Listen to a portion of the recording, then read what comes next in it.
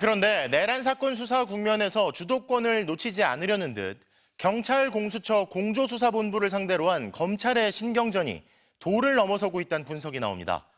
핵심 피의자인 정보사령관을 경찰이 체포했는데 검찰이 체포를 승인해주지 않는가 하면 공수처가 수방사령관 조사 일정을 잡았더니 이번엔 검찰이 조사가 이뤄지기 전 체포해서 구속하는 식인데요. 이런 수사 혼선이 지속될 경우 적법한 수사였는지를 두고 논란이 일면서 결국에는 내란죄 피의자들에게만 좋은 꼴이 될 거라는 우려가 나옵니다. 변윤재 기자가 취재했습니다.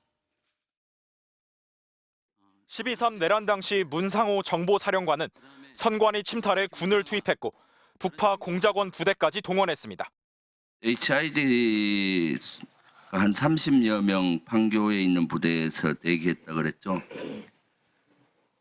특수인원은 5명이 포함되어 있고 대기하고 있는 규모가 30여 명이었습니다.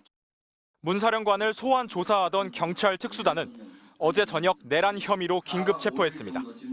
영장 없는 체포는 사후 검사의 승인을 받아야 하는데 검찰은 오늘 문 사령관 체포를 불승인한다고 밝혔습니다.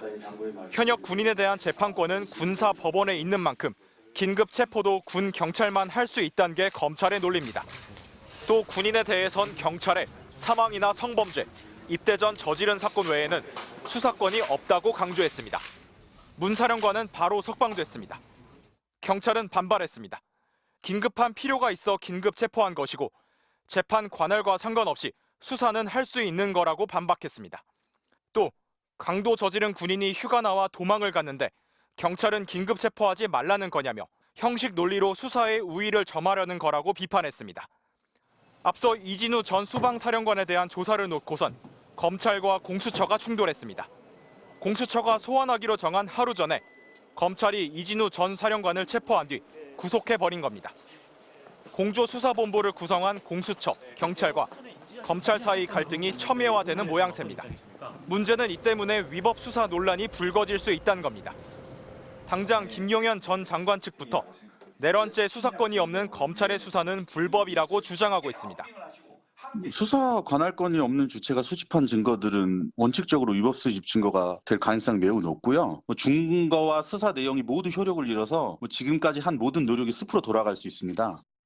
공수처는 중복 수사 문제 해소를 위해 경찰로부터 윤석열 대통령 관련해선 오늘 사건을 넘겨받았습니다. 검찰에도 이첩하라고 이미 2차례 통보했는데 검찰은 거부 중입니다. 검찰은 자신들이 청구한 영장이 발부된 만큼 내란 수사에 문제가 없다는 입장만, 그것도 취재에 응하는 형태로 밝혔을 뿐 공개적인 설명은 내놓지 않았습니다. 검찰총장은 국회 법사위 출석도 거부했습니다.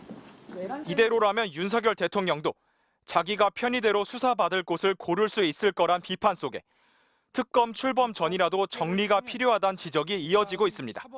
MBC 뉴스 변윤재입니다.